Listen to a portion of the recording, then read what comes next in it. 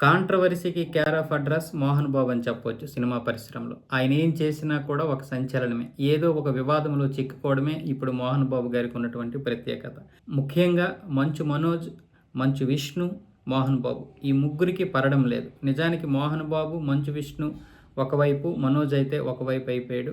ఇప్పుడు మనోజ్‌కి, మోహన్ బాబుకి జరిగినటువంటి గొడవల్లో ఆ మధ్య మీడియాపై మైక్ విసిరేయడం, ఒక ప్రతినిధికి అది తగులుకోవడం, దాంతో మీడియా ప్రతినిధులందరూ కూడా కలిసి ఆయనపై కేసు నమోదు చేశారు. హత్యాయత్నం కింద అయితే పోలీసులు కేసు నమోదు చేసుకున్నారు. దాంతో అరెస్ట్ చేయడానికి కూడా సిద్ధపడ్డారు. దీంతో మోహన్ బాబు ముందస్తుగానే తన లాయర్లతో క్వాష్ పిటిషన్ అయితే వేయడం జరిగింది. అయితే ఆ క్వాష్ పిటిషన్ అయితే తెలంగాణ హైకోర్టు కొట్టేసింది. అరెస్ట్ అయిన తర్వాత మీరు బెయిల్‌కి అప్లై చేసుకోండి అని చెప్పడం జరిగింది. అయితే ఇప్పుడు ఆయన్ని ఎక్కడ అరెస్ట్ చేస్తారో అని భయపడ్డాడో లేకపోతే ఏమో తెలీదు గానీ, మొత్తానికి మోహన్ బాబు గారైతే ప్రస్తుతానికైతే అక్కడ ఉన్నటువంటి ఈ హైదరాబాద్‌లో ఉన్నటువంటి, శంషాబాద్‌లో ఉన్నటువంటి రెండింటిల్లో కూడా లేరు. అలాగే తిరుపతిలో ఉన్నటువంటి ఆయన విద్యా సంస్థల్లో ఉన్నారని ఎంక్వైరీ చేస్తే అక్కడ కూడా లేరని తెలిసింది. మొత్తానికి మోహన్ బాబు గారైతే ప్రస్తుతానికి అజ్ఞాతంలో ఉన్నట్లు తెలుస్తోంది.